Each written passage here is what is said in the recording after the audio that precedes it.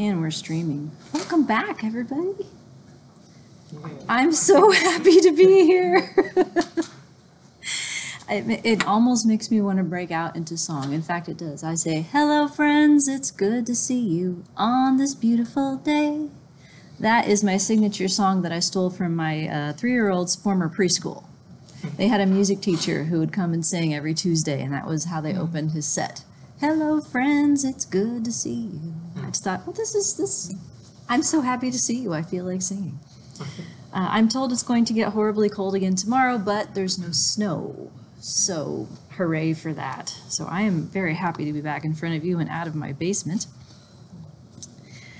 Let's see. We have a number of things to do today, first of which is to go over quiz 1. So I haven't checked the completion rates yet, but did you guys have a chance to at least look at this? Okay. Was it about yes or no? Not yet? Okay, well. Okay, so just shut your ears then. Like I said at the end of class last time, the idea of these quizzes is for each of us to have a check-in with each other. It's for you to know if you have the right things at the top of your head, and if not, to give you a chance of what to review. And it's for me to see if you guys are following and if there's any common misconceptions that I can address. So let's just go over the answers real quick. Once you submit the quiz after the due date, which is 12:15 on class days, the answers will be visible as well. So you should be able to log in and see your answers, but we can go over this as a group. Question 1, list all the terms that you can think of that go with level 2. I'm going to get out Excel to keep a record here of all the things we say. Because synonyms are very important in keeping track of what's going on in these models, because I cannot guarantee that the people that you work with in the future will use the same words. So it's helpful to know all of them. So rather than writing on the board, I'll take notes here on the computer, assuming it will let me. There we go. So let me make this bigger here. Level 2. What goes with level 2?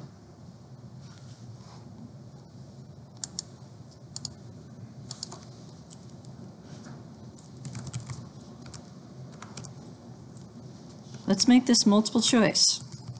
Here's level 2, here's level 1, right? If I say between, which column? Level 2. That's 2. So if between is 2, then what goes here? Within, yes. So in the context of longitudinal data, it's between and within persons, but between and within will hold in any kind of 2-level model. Level 2 is always between units. Level 1 is then always within each of the level 2 units. I'm going to give you another one here. Differences. Looking for the fancier words that start with I. Inter-individual? Yeah, inter-individual. What's this one then? I heard it. Intra, yes. So if you'd like to sound fancy, like in a conference presentation or a job talk or something like that, you're predicting inter-individual differences and intra-individual variation. That's what you're doing here. That sounds a lot more fancy than longitudinal. Type of variability. We'll call this variance. What variance term goes in level 2 to describe variation in the outcome?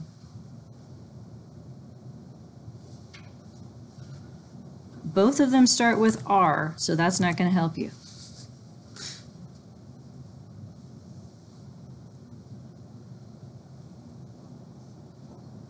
Which variance term in the outcome goes with the idea of between person differences? Random, yep. Right now, all we know is random intercept, but we'll have other kinds of random effects. So the umbrella term in terms of vocabulary, random effects is the highest order term. Specific kinds of random effects is an intercept and a slope. So, but yes, random. Then what's the other R that goes here for level 1?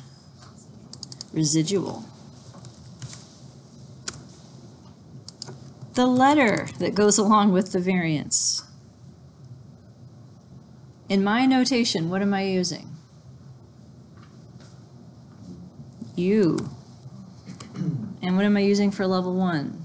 Residuals. It's an error term. What letter? E, yes. Do you know why I chose these letters? Because I can draw them reliably on the board. There is no other reason for that. Some textbooks will use R's instead of E's, that's fine. Some will use a Greek letter I refer to as squiggle 1. It's one of the curly ones with only one hook at the top instead of two. I can't draw squiggle 1 very well, so I picked U. But we will keep this notation consistent throughout the semester. What other terms am I forgetting? Let's talk about sampling. Random intercept differences at level 2 between person mean differences goes with either cross-sectional or longitudinal. Cross-sectional, yes. Between person things are cross-sectional things that you would have had you sampled them only once. Longitudinal goes with the within part. I think that's all of the list that I have here. Any others that you came up with? All right. Let's see what else we got. That's the first 2 questions. What is the purpose of a random intercept?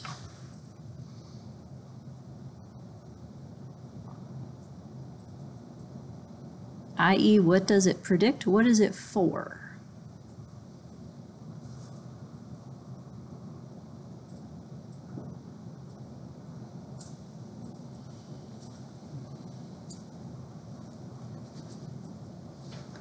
When we introduce U0 in addition to E as a type of variance here, when we expand the model to have both of these things, what's the point of doing that?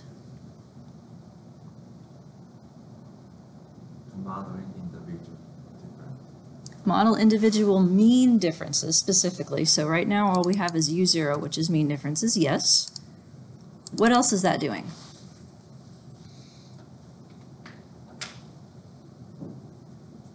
Looking for at least 2 other ideas. Are we explaining variance by doing that?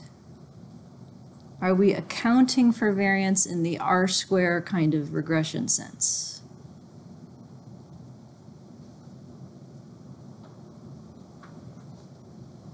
I would say we are not.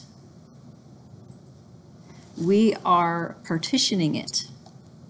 The total variability in the outcome is still there after we partition it into partly U and partly E. What we're saying is that it's 2 kinds of unknown reasons. Some people have higher means than others. That's what U0 is for. And within a person, some occasions are higher than others. That's what E is for. But we don't know why some people are higher than others, and we don't know why some occasions are different than others. It's all error in the unexplained sense. We just know that it's attributable to a level of sampling. So we're making piles of variance, as I call them, by introducing U. That way, effects that pertain to level 1 are tested against only the type of error that's relevant. Change over time has nothing to do with between person mean differences. So it doesn't make sense to have that type of variability contribute to the standard error for level 1 predictors. Level 2 predictors, though, do pertain to between person mean differences, and so both of these would go into those standard errors. The other thing that we're doing in making this partition is addressing a certain kind of dependency. Remember that word? What's dependency mean? Synonym that starts with a C. Correlation, yeah. The E's from the same person are likely to be related. U0 is the reason for that relationship according to this model that we have so far, that only has these 2 things in it. The only reason that the E's from the same person would have been related is because some people have a higher mean than others. U0 swoops in to handle that part of the variance. Then the E's are supposed to be independent, normally distributed with constant variance. That's the idea. And so we saw this happen in, let's see, it was this example. We did this, I think, about a week ago. This was the pretest, post-test example, where when we fit an empty model, where it's only E, what we're actually saying about the variance across time, so here's my R matrix, that's the variability at pretest in 1,1, variability at post-test in 2,2. We're saying that all of the variability is because of E, and there's no co-variability, no covariance, no correlation between occasions from the same person. When we introduce U here, the total variation stays the same, but in partitioning it into what is partly E and partly U, the part that's U shows up in the off diagonal as a covariance source. So we are using U0 to handle, to predict, to represent person dependency due to constant mean differences. It's important to recognize, though, that that's only one kind of possible dependency, and so we're going to start talking about other kinds that are likely to show up in longitudinal data today. Okay, so questions on any of those concepts? Yeah. I'm sorry. When I looked at this measure, I'm kind of confused. Like in the off diagonal, those are the variance of random intercept, and because the R matrix is like specific for each person, and in this context, we assume that those like correlations across time is the same for everyone. Yes. Yes, even though the R matrix is supposed to be person-specific, they share the same parameters across people. Okay. So you can still think of this as a between-person matrix in the sense that the within-person part of it is spread across the rows and columns. So 40 is the variation across people at pretest. 40 is the variation across people at post-test. And 12 is the covariance between pretest and post-test across people. So this model makes a very strict assumption that the variability does not change over time, and it doesn't make any assumptions about the covariability because there's only one here. Once we get more than 2 occasions, then this has to have some sort of pattern associated with it as well. And we talked at the end, I think last time, what kind of growth curves lend themselves to constant variance over time? Same or different across people? Same. I still don't have a marker, so I'll have to get out. I have it. I've already drawn it. I don't have to get out paint. It's at the end of lecture 3. Towards the end anyway, the Anova portion. Yep. So this model that we're talking about right here, the jumping off point for modeling longitudinal data, it's the simplest possible model we would entertain. The only way that this can be right, the only way that we would have the same amount of variance at each occasion is if everybody grows the same. If they grow at different rates, people spread themselves out over time. Variance has to change.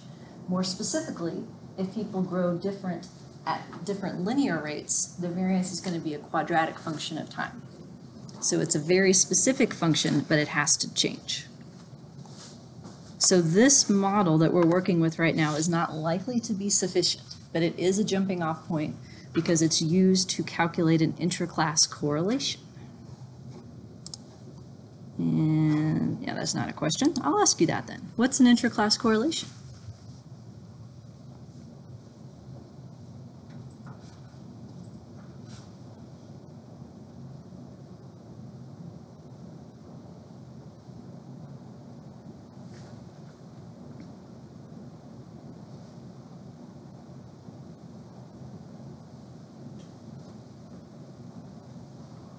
You can either tell me about it as a proportion, or you can tell me about it as a correlation. Take your pick.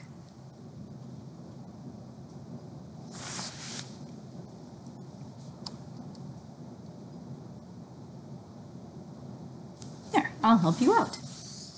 Slide 13 in lecture 3.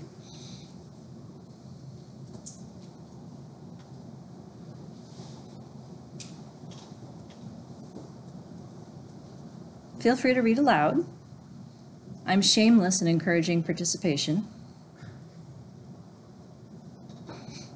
So it's an intercept variance over intercept. That's how you make it. I want to know what it means. So it's the amount of intercept variability between person, let's go to our synonym list here. It's the amount of variance of that kind, level 2, between inter, due to mean differences, represented by U0 variance, relative to the total, which is both of these put together, where the other term in the denominator is this one, level 1, within persons, intra-individual variation, due to residual E that's actually longitudinal.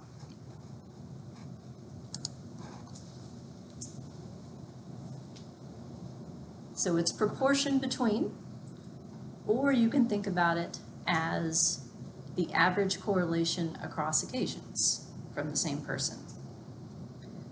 So what would it mean if you have an intraclass correlation that's high?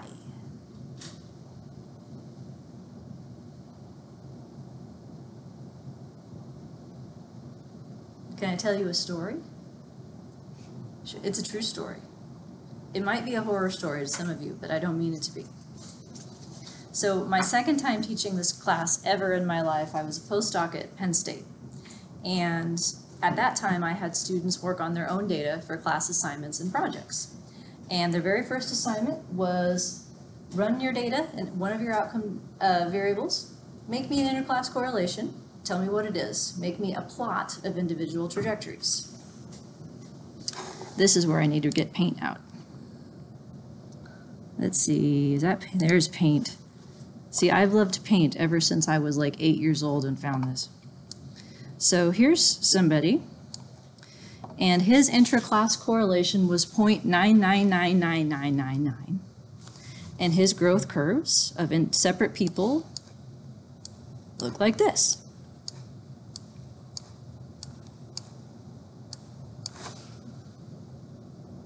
So think about this.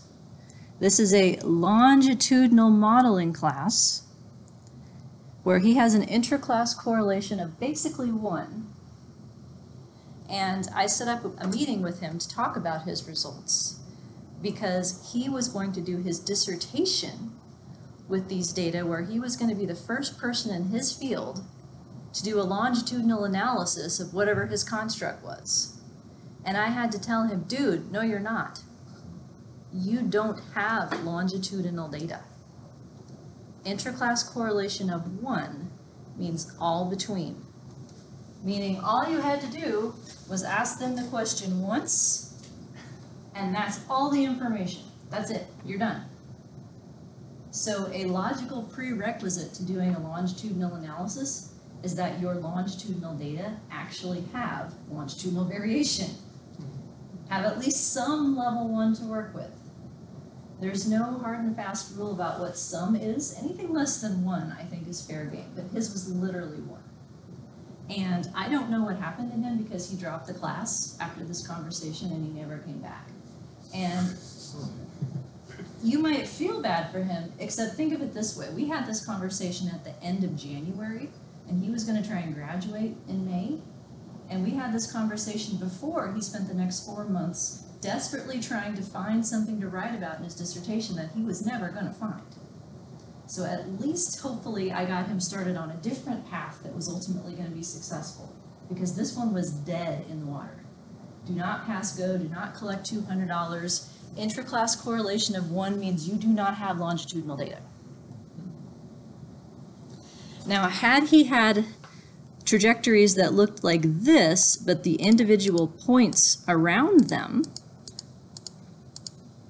were not all the same, that would still be an intraclass correlation less than 1 because of these little deviations here.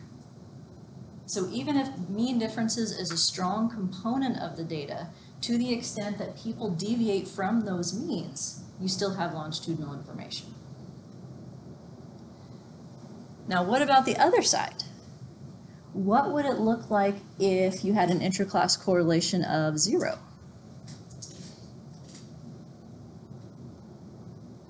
Just 1, 1. That would be something, so if time is the x-axis here, it'd be something like this. People are all pretty much the same on average, but they grow a lot.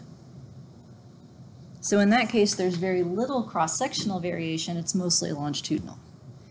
So the closer your ICC is to 0, the more your data actually reflect the longitudinal variation.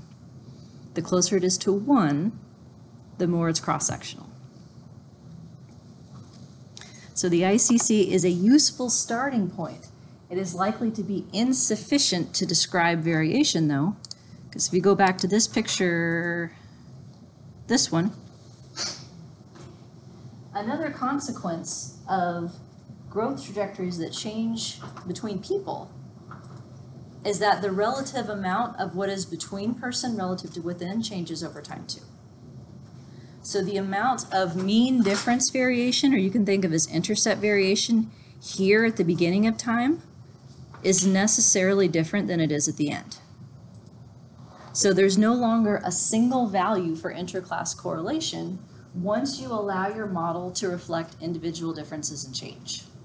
It is a time specific. I could talk about what the intraclass correlation is at time 0 or time 1 or time 2, but it's not going to be one number to the extent that people change differently.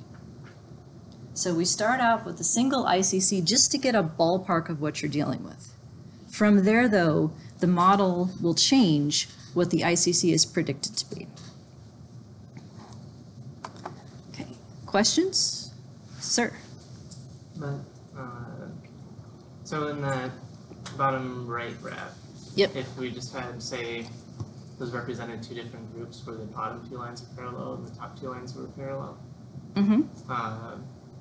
then if we had some factor that was grouped that explained that the bottom two lines were part of the same group and the top two lines were part of the same group, then will we still consider the variance at post to be different from the variance at pre-conditional on grouping? After controlling for grouping, the answer is no. Okay.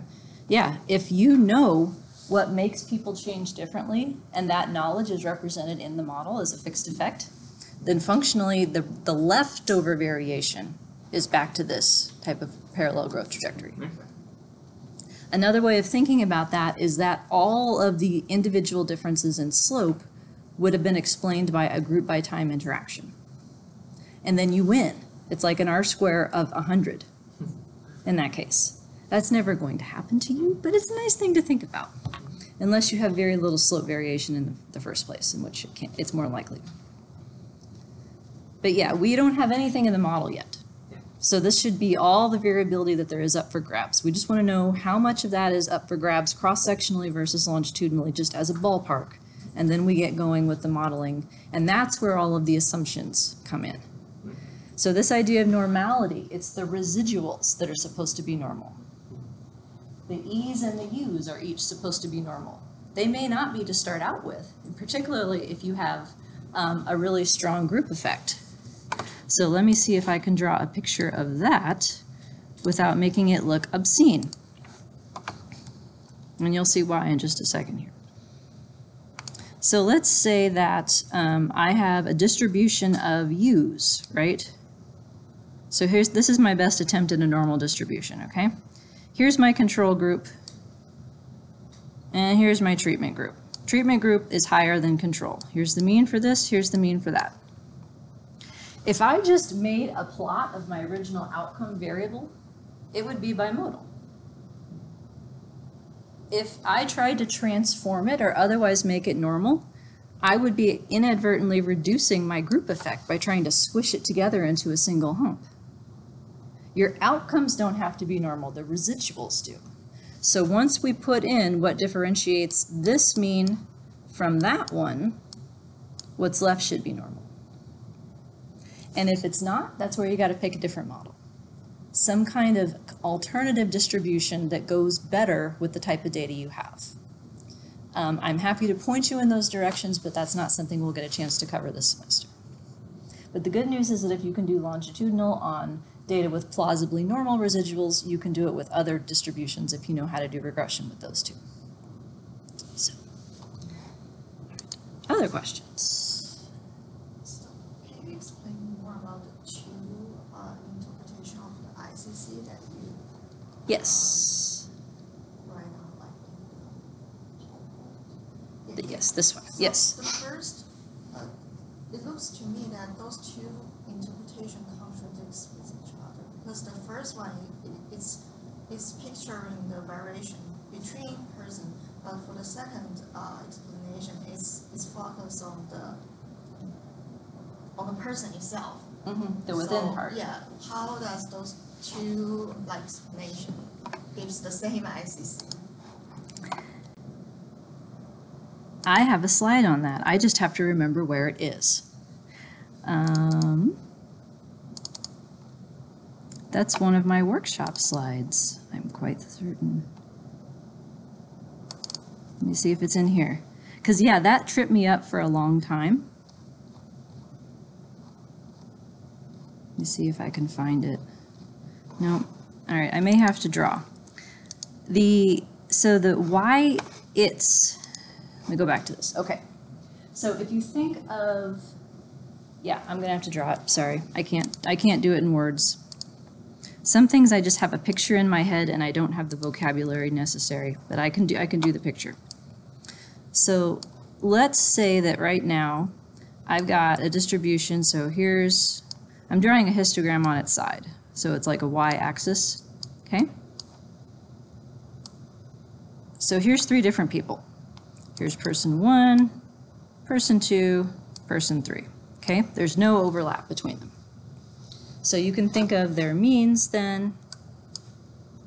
So the variation between their means right here, that's level 2 random intercept variation. That's U. And then within, that's all E for each person. So if you think of correlation as prediction, let's say that I gave you person 1's data point right here. And you didn't have this picture. I just said, give me a guess as to what person 1's data point's going to be for tomorrow. If there's a really strong intraclass correlation in the data, meaning most of it's you, like I've just drawn, you can make a pretty good guess based on just one data point what the next one's going to be.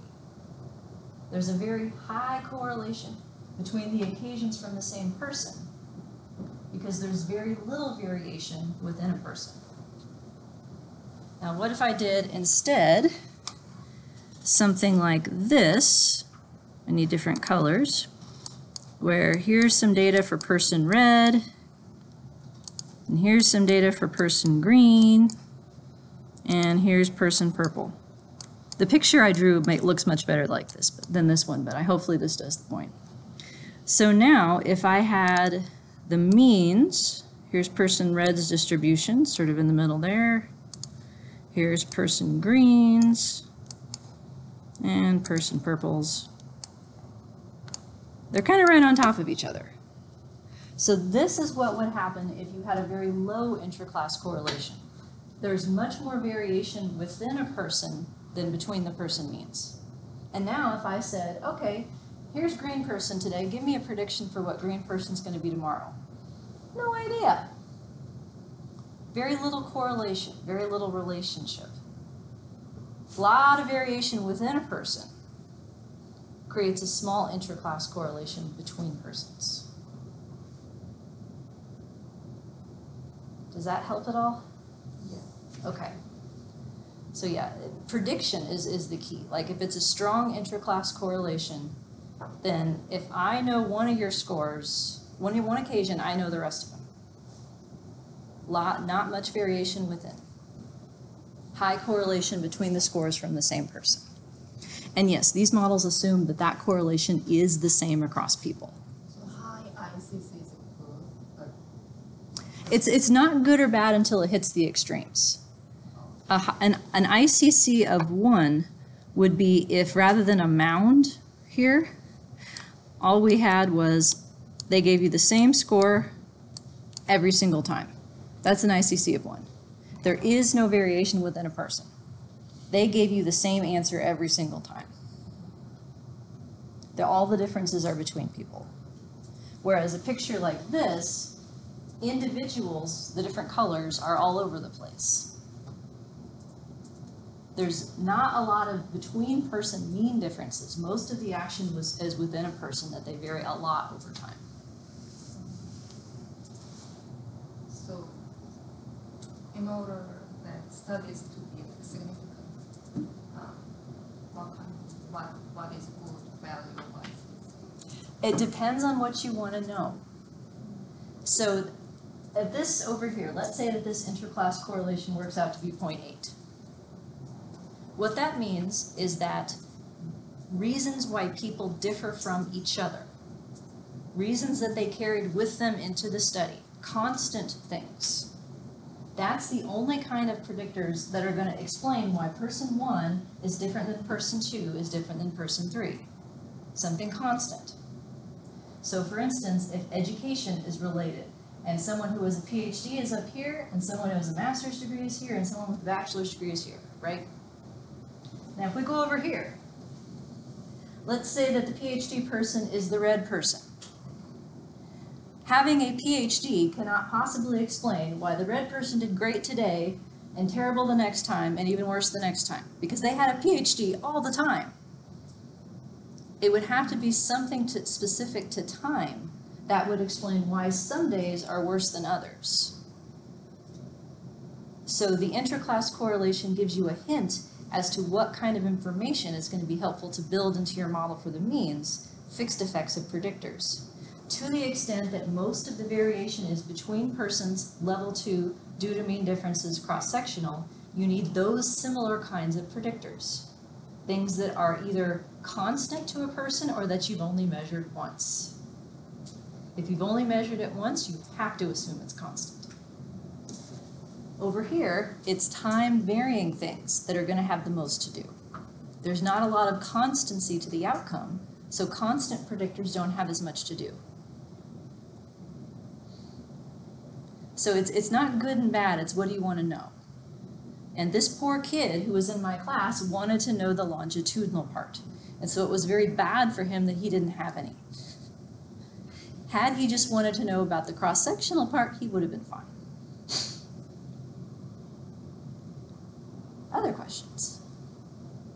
See, this is what I miss in my basement. I don't get to draw and paint. I don't get to see your faces. This is so much better.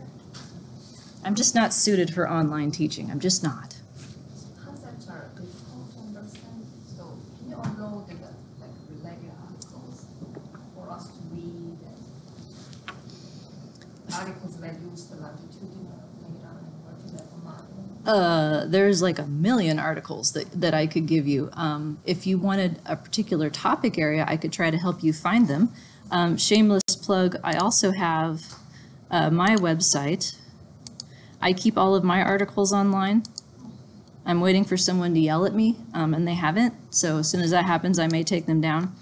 But I have a bunch of tutorials on multi-level, and then here's a bunch of examples of modeling with in-person change, as well as modeling with in-person fluctuation. So in most of these, I would have written the results section, so hopefully it's decent. But I mean, these are some that might get you started. Again, if you have specific applications that you're interested in, I can maybe try to help you find things. But longitudinal work is becoming increasingly common in areas of development, which is human development is sort of where I'm from for the most part. So, all right. Other questions? Okay. Then last question. 3 kinds of ANOVAs. What do they have in common and how do they differ?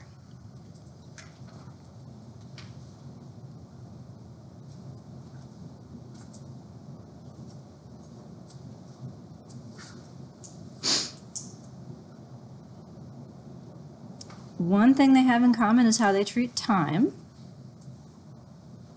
And there's a very strict requirement for what time can be.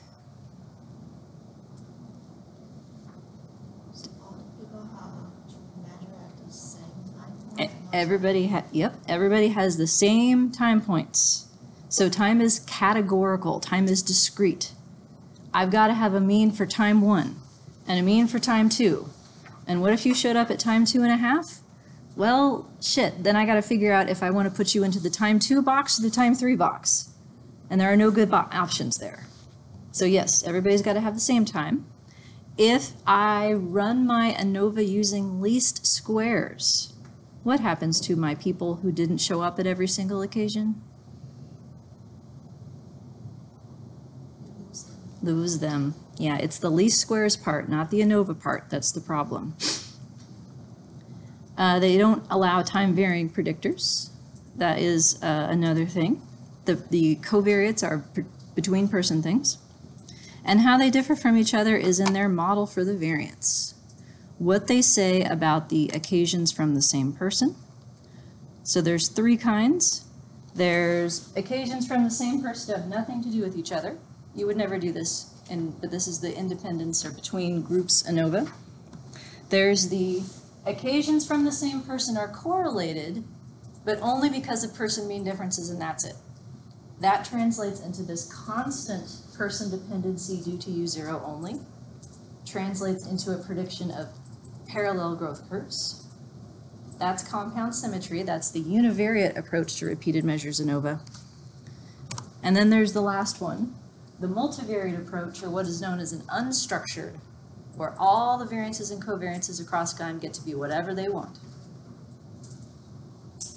And so this structure also assumes that people can fit neatly into these rows and columns with respect to time. No messiness allowed.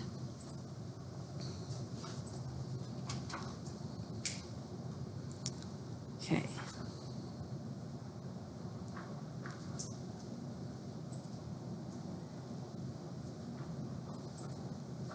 So why do I think this is important is because when you go out in the world and try to fit these models, people will try to tell you various reasons why you shouldn't.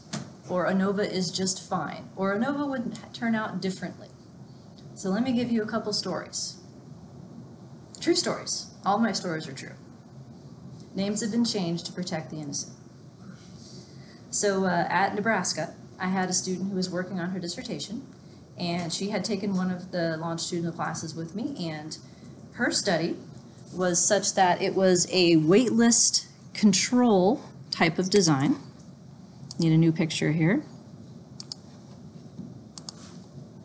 Where one group got treated right away and they're supposed to go up and then they stay better. The other group was waiting and then they get their treatment later. So it was very easy defined occasions. Here's time 1, time 2 is when this group picks up, and then here's time 3. The bad news, not everybody made it to time 3 because these were real people in a hospital and people don't always cooperate. So she had missing data. She was also interested in process variables, how much people did the things that were part of the treatment that were supposed to make them get better, those sorts of activities, fidelity, you may think of it as, and that was measured at each occasion as well.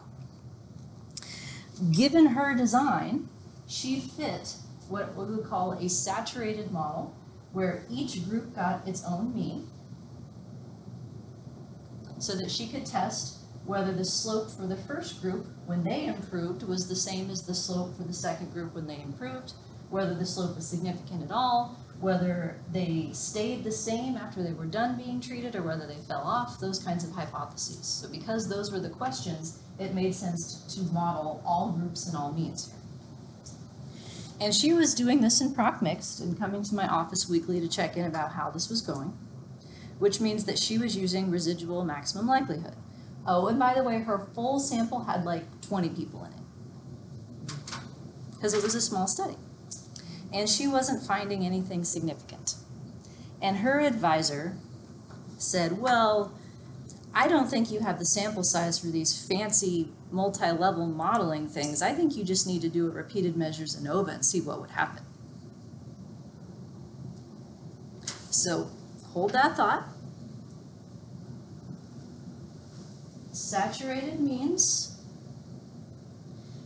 Her model for the variance had only a random intercept because she didn't have any evidence of heterogeneity in slope. Do you know what my response to her was? Any guesses? She said, "What should I tell him?" I said, and I quote, "That isn't Anova!" It is. She did a repeated measures Anova using proc mixed. That is what the Anova is. Each mean is a separate parameter. She had a random intercept only, so it was the univariate version. Now, what would happen if she took his well-intended advice and went and did the actual repeated measures Anova, like an SPSS or something, or SAS for that matter, based on least squares? Well, number one, her sample size is like cut in half by the third occasion, so all those data are gone, and she couldn't test time-varying predictors as to how responsive they were, how that influenced how they were actually doing with the treatment. So you're telling me I can't test some of my predictors and I have to drop half my sample. Where do I sign up? No.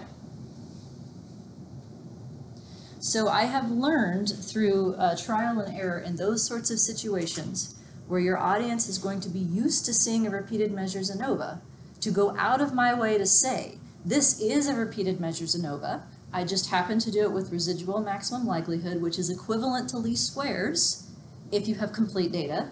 There's no tomfoolery or chicanery. I'm not trying to pull anything over your head here. And furthermore, with respect to sample size and complex models, if you're okay with 20 people with a repeated measures Anova, you have to be okay with it when the same model is fit using a different software package, mixed instead of Anova. So let me go the other way. I had another student who, he was going to be the first to bring multi-level modeling to his field. And he sent me a draft of the paper he was working on for feedback.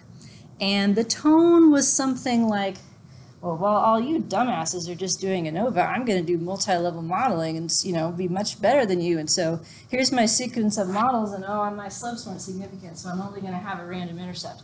Okay, moving on to my results. My response? That's an Anova. And then not different. You tested for the potential for something different. The data didn't support it, so now you're doing the exact same thing that you just criticized your whole field for. So, point of the story, nothing wrong with Anova. Least squares is the problem with missing data. Anova is a very specific set of models within a much bigger world of choices out there. Not everything is going to fit into an Anova. If your people don't cooperate and when they come, your measurement occasions doesn't fit into an Anova. If you have time varying predictors, doesn't fit into an Anova. So what do you do instead? That's what we're headed to this week and next week and the rest of the semester. What are your other choices that are available to you?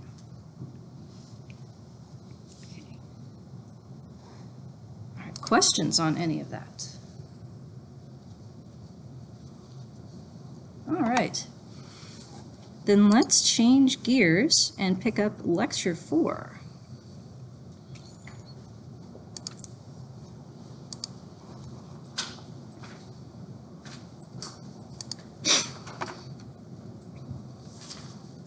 We're going to get some new vocabulary and some more choices for what the patterns can be for the correlation of occasions from the same person.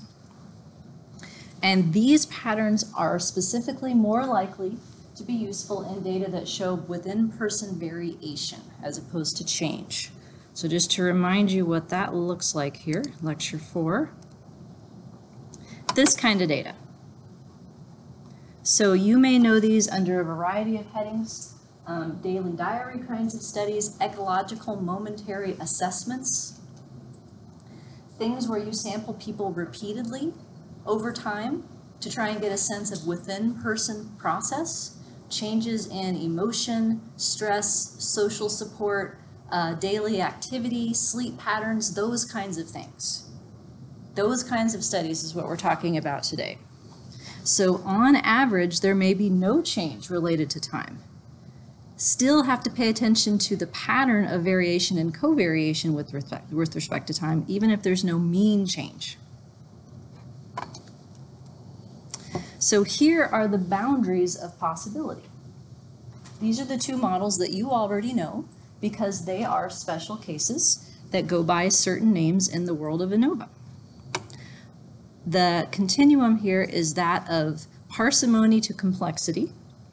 So this is what it would look like, by the way, if you have 4 occasions. That's why I have these as matrices here, where the diagonal is the variance at each occasion, and then the covariances are on the off diagonals.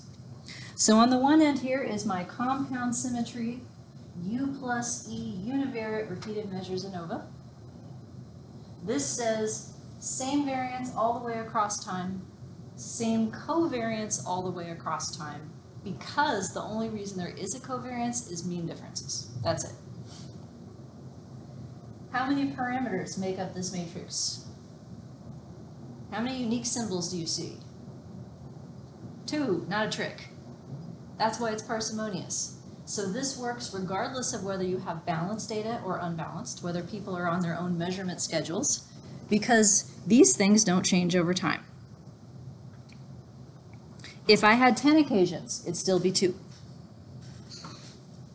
On the other side, the best fitting possible model is the model that simply recreates the data, unstructured. You can also think of this as the saturated model in SEM language. All variances and covariances are estimated separately. It's just going to spit the data back to you. This is only possible if you have balanced data. If people neatly round themselves into time 1, time 2, time 3. Doesn't have to be equal interval, but it does have to be balanced the same times across people. And here, the number of parameters grows as a function of the number of occasions. So our goal then is to play a little game I call Name That Structure. We're looking for something that does as good a job as the best model in terms of mimicking the patterns that are in our data. If the variance changes over time, we want a model that lets it. If the covariance changes over time, we want a model that lets it. So we want to match the patterns in the data, but do so using functional forms that reduce the number of things that we're having to estimate. So something that is more complicated than compound symmetry, but less complicated than unstructured. We want something that's good enough, just complicated enough. And for within-person fluctuation data, the types of models that are in this in-between that we'll look at are known as alternative covariance structures. Once we get back to change types of analyses, then we'll be looking at random effects models instead. And eventually we can put them both together. Okay, so just to review the idea of contrasting model fit, because this is how we're going to decide which of these alternative models is best suited for our data. If we're testing predictors in the model for the means, so we're testing fixed effects, we don't need to worry about testing model fit. We can test their p-values directly using wald tests that are univariate or multivariate. Model for the variance, though, that's what we're talking about. Whether U plus E is sufficient or whether we need something more complicated, that's where we do likelihood ratio tests. We cannot use any p-values that show up as part of the variance components because two-sided sampling distributions for variances don't make sense. So we went over this last time, but just to make sure that we're all on the same page, we're going to start with something called -2 log likelihood. Within a week or two, we'll get into where that exactly comes from, but just for now, just trust me on it. -2 log likelihood is a sample-wide summary of how bad your model is. So we want it to go down. So as we make the model more complicated, as we add parameters, we can compare how much better the model fits by taking the difference between these -2 log likelihoods. So it's the -2 log likelihood from the model that has fewer parameters, the simpler model, minus that of the model that has more. If you've added parameters, your model fit can get worse, or excuse me, better or not better. If you've taken away parameters, then it can get worse or not worse. We also get these things called information criteria. They start with -2 log likelihood as their root, and then they augment them as a function of number of parameters. So AIC, BIC, and all of the other variants of these things are not significance tests. There's no critical difference by which you can say a model is better. You can just say the smaller is preferred. No rule on how much smaller that anyone would agree with. So what we're going to be asking, the specific model fit comparison questions, are the variances the same or not? All of the models I'm going to show you this week or today and the next time, there are only two choices. Variance is the same across time or not. That's it. Covariances, same or different across time, and what kind of different? There's different flavors. So most of these models that I'm going to show you have limitations in how they can be used with real data. Some of them require equal intervals.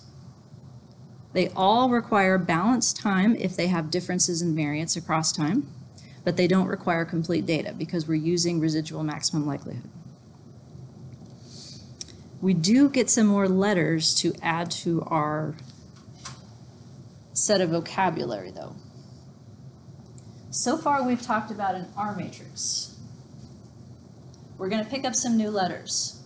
There's going to be R, there's going to be G, and there's going to be V. You're smiling, Ori. Do you like letters? Or you like matrices? Neither? No. What if I promise you that you will be doing no matrix multiplication or division or anything? Can I make that promise? Yeah. Do you know why? Because SAS is way better at it than you will ever be. That's why. So I think it makes sense to let it do it. So the matrices that I'm talking about are ways of representing what the model says about your data. That's all. And adding to my list here, matrix name.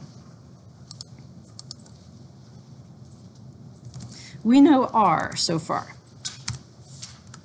If there's nothing else in your model, no other matrices are being used, R is it. So we'll just say the total equals R. That's the first set of models we're going to talk about. Alternatively, some of the models we're going to talk about are going to use an R, but they're going to add to it a G. In this version, R is the level 1 part specifically, G is the level 2 part specifically, and we have to put them back together again to get to some sort of depiction of the total. Now, and I'm going to put quotes around plus because it's not straight addition. I will show you what it actually is later, but the concept is what I want you to hang on to. So either everything's going to be an R, or we're going to take R and split it into two pieces, in which case R is only the level 1 part, G is level 2, and B is what we put them back together. I will show you the actual matrices later on, but right now we're just doing vocabulary. The models that, let's see, the G matrix here, I'm going to add random to the list, and R matrix is repeated because this is how we specify it in syntax.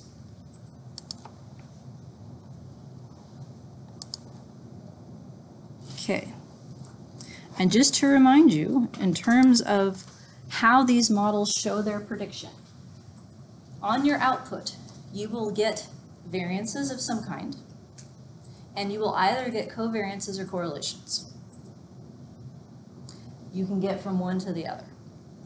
Models that have heterogeneous variances will give correlations with them because covariances change as a function of variance. Models with homogeneous variances will usually give covariances too, but not always. And I wish that the software did a better job of telling you exactly what you've got, but because it doesn't, I have a job. And if you crack the code, you'll have a job. So this isn't necessarily easy trying to figure this out, but it is systematic, and once you crack the code, you'll be okay.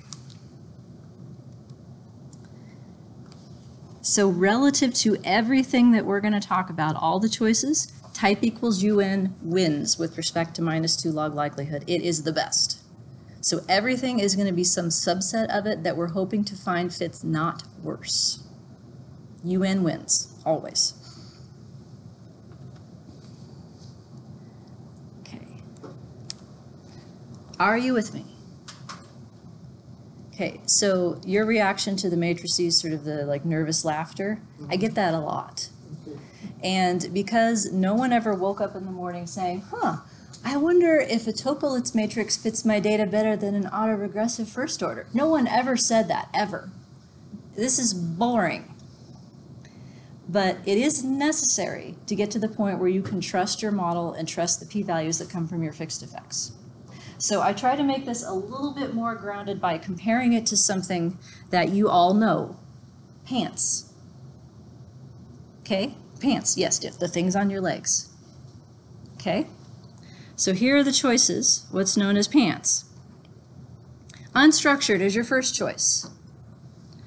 Think of these. I almost brought mine in today, but then I forgot, so I had to pull up a web page. Think of these as sweatpants. It's always going to fit. If I'm not here at work in work pants, I'm in sweatpants. Odds are good. I hate jeans. Jeans are evil.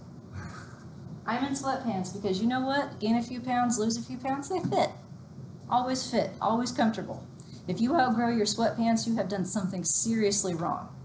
They are the most generous, fitting, they fit, always.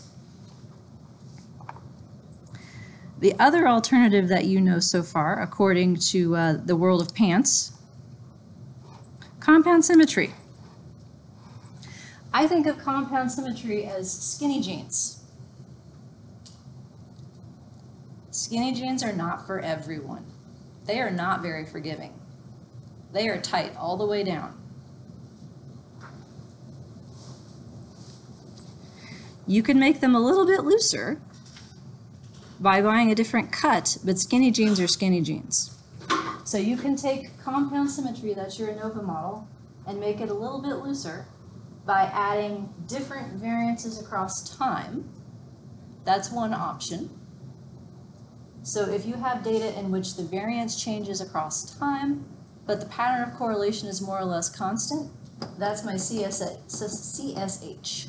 And in this case, the way that it works is that you get a correlation parameter that gets multiplied by the standard deviation of each of your occasions, and that's what creates the covariance instead. So this is an instance in which you will get variances and one correlation that's supposed to hold throughout all of the data. Here's another one. Autoregressive. You will see this mentioned commonly. I have never seen it work in real data, ever. But you're going to come across it, and I want you to hear about it as a result. So I always date myself with my cultural references, but to explain why autoregressive doesn't fit, I have to rely on my muses. This is Stacy and Clinton.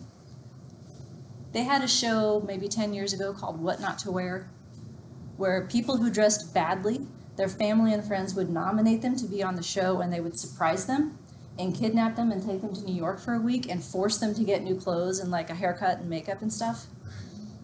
And it was always very instructive because they would point out why the person looked so ridiculous. Like, what were you doing that is wrong and how can we fix it? So the AR pattern here is, I have to do a demonstration. Tapered jeans. Here, hang on. Here we go. So everyone can see. Back in the 80s when I was growing up, this is what we used to do to our jeans. We would peg roll them like this. And the objective was to get it as skinny as possible. And jeans that are not peg rolled, they just go straight all the way down. They like suck on your ankle like this. Now the problem is if you have any sort of ass and hips, making it look smaller at the bottom just makes this look bigger. It narrows too quickly, it narrows too much. It's not flattering relative to just having it sort of be all the way straight. That's what's wrong with the AR1 model. Narrows too quickly. The way that this model works, occasions that are correlated 1 unit in time apart are correlated with a parameter called R. 2 units in time apart is that same R squared. 3 units in time apart, R to the third. 4 units, R to the fourth. So think about this. What if you have a really strong correlation, 0.8? 0.8 squared, 0.64. 0.8 cubed, 0.5 something?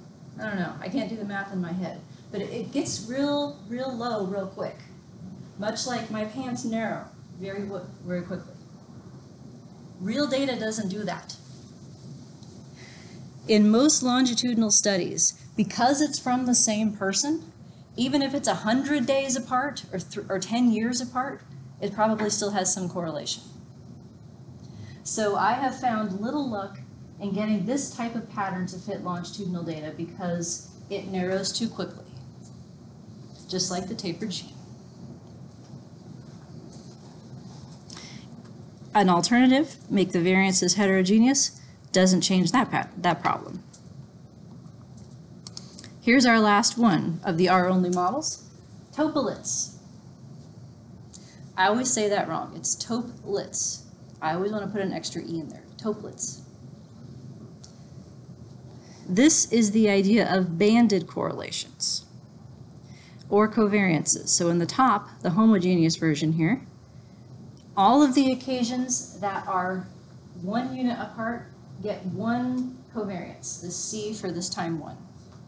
All of the occasions that are 2 units apart get a different C, and a different one and a different one.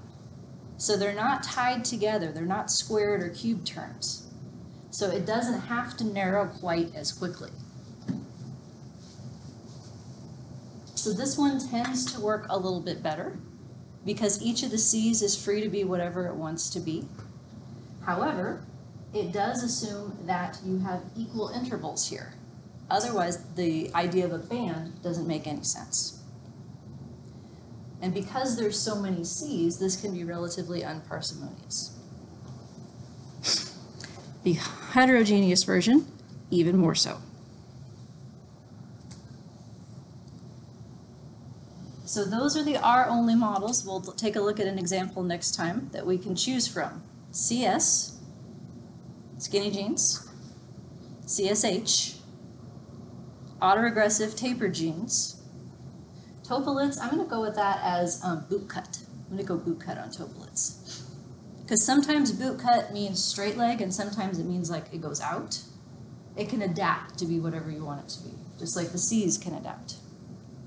And then unstructured, sweatpants. Always fits. So note in these patterns, there's only one, this compound symmetry, that makes use of U plus E.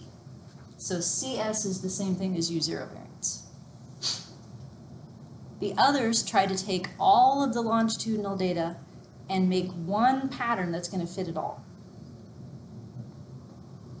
That doesn't work very well in situations in which there's a very strong between-person difference component to it. So the other options that I wanted to show you are what's known, and we'll get into this more later, as the G plus R options, where we start with this idea that we have a random intercept that we need in the model. That's going to go into G, and then we figure out what kind of pattern we need in R after that. So this is also compound symmetry, but it's the jumping off point for other models that you haven't seen yet. So if we take U0 out of every single spot in the matrix, stick it over here, then the question is, what pattern do these E's have? it will be a lot easier to figure out the pattern of the E's once you've controlled for the fact that you've got this U0 variance. To put it back together again, it's as if you take this U0 variance and add it to every single spot in this matrix, and it gets you back up to here. So I think of these models as being extremely useful. They don't get talked about as much. And I would, in the world of pants, I would give them the analogy of going to a tailor, which is what Stacy and Clinton always said. Buying pants off the rack is nearly impossible, for me at least, and for a lot of other people. Not so much for dudes. Usually dudes, it's like, I look up the coordinates for my length and my width, and I'm done, right? That's how my husband buys pants. That is not my experience. No, what Stacy and Clinton would say is if you have a particular body part that's hard to fit, like my legs is always mine, buy some pants that fit your legs. If the rest of it doesn't fit, take it to a tailor. So I think of it as like, okay, I know I'm not going to fit anything to my legs, so let's just get that out of the way. Now, without that misfitting happening, what does the rest of this need to look like? And that's where you can have your tailor cut the leg. That's super easy. Women, if you have gapping, they can take the back and narrow it. That's like a $5 alteration, so you don't have to wear a belt. But once you've dealt with the majority of the reason for the misfit, then you can structure what's left.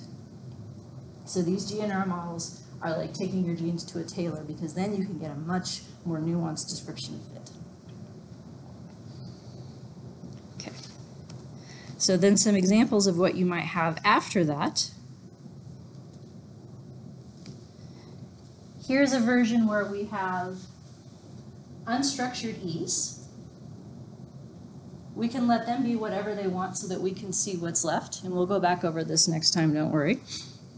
Because I'm already estimating U0 variance, we have to put a 0 there. Here is another one. This is just saying that there's no pattern whatsoever. That's the same thing as compound symmetry. This one on slide 22 is probably my favorite. I think this one works most of the time in this type of data that I've seen. It's an AR1 on the E's specifically. So after you factor out that people have different means, the U0 variance, the E's that are left within persons have an autoregressive pattern. And when you put them back together with V, or with G, then they form this V matrix here.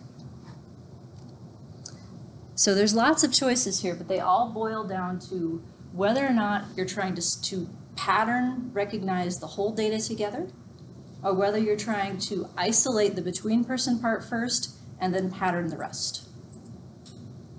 And so those are the two family of choices that we will see examples for next time. How these all relate to each other is shown in this diagram, which took me a good 2 days to make, I think, so that's why I really want to point it out. This is in the book. It shows what is nested under what, and what is equivalent to what. And it also has the number of parameters that it takes as a function of number of occasions for each of these two. So if you ever get lost in the sea of menu options, I would encourage you to come back to this graphic, because that can help you figure out how these things are related. So we will go back over this in more detail later. And if you wonder why I'm allowed to add two matrices of different sizes, I can't. The U0 variance gets pre and post multiplied by the number of occasions. That way it's the right size. That all happens for you behind the scenes. What you see is this part right here, G and R in the output. Okay. How are we doing? Okay, sweatpants, unstructured. Skinny jeans, compound symmetry. Tapered, too skinny at the bottom, AR1. Topolets, boot cut. Right? He's like, yeah, I get my jeans from the rack that have the right numbers on them. I don't know what you're talking about. Yeah, one time I was at a store where they had a size and an inseam. Ladies, have you ever seen this before? Where they have an inseam and a size? I laughed, though, once I finally figured out that they were over-determined. The two were perfectly correlated. And it turns out that I'm supposed to be like 6'3" to have an ass this big, according to this manufacturer. It was really not cool. It did not help. So, the world of jeans is always problematic. That's why if you run into me on the weekend, this is what I will look like. There, that's my story, and I'm sticking to it. So next time then, we will see an example with all of these patterns, go back over them, and then the time after that, be ready to talk about modeling change instead of fluctuation with random slopes. I have up for you available your next homework, due a week from Friday. I want to very briefly show it to you because it's going to be over these models, but not in a way that you are probably anticipating. Homework 3. Homework 3 does not have any data to it. That's not a data analysis. It is a vocabulary exercise. So I'm going to ask you to do simple calculations, meaning if I have -2 log likelihood of this value, what's my AIC? AIC is this number plus 2 times the number of parameters. The trick is figuring out what the number of parameters is based on the rest of the words in the sentence. So it's not a math exercise, it's a vocabulary exercise. Because number of parameters differs as a function of whether you're in ML or REML in terms of what it counts. And it also differs as a function of what your means model is, as well as your variance model. So I want you getting used to understanding these terms, and how you know that you understand them is that you can anticipate how many parameters it is, and thus be able to compute the simple sums that I'm asking for. So you can take a look at that, and I can answer questions about that as you get going as well. And then a few drop-down questions here, multiple choice questions about these things. All right. Anything else before we adjourn? All right, then have a great weekend, and I hope that I will get to see you on Tuesday.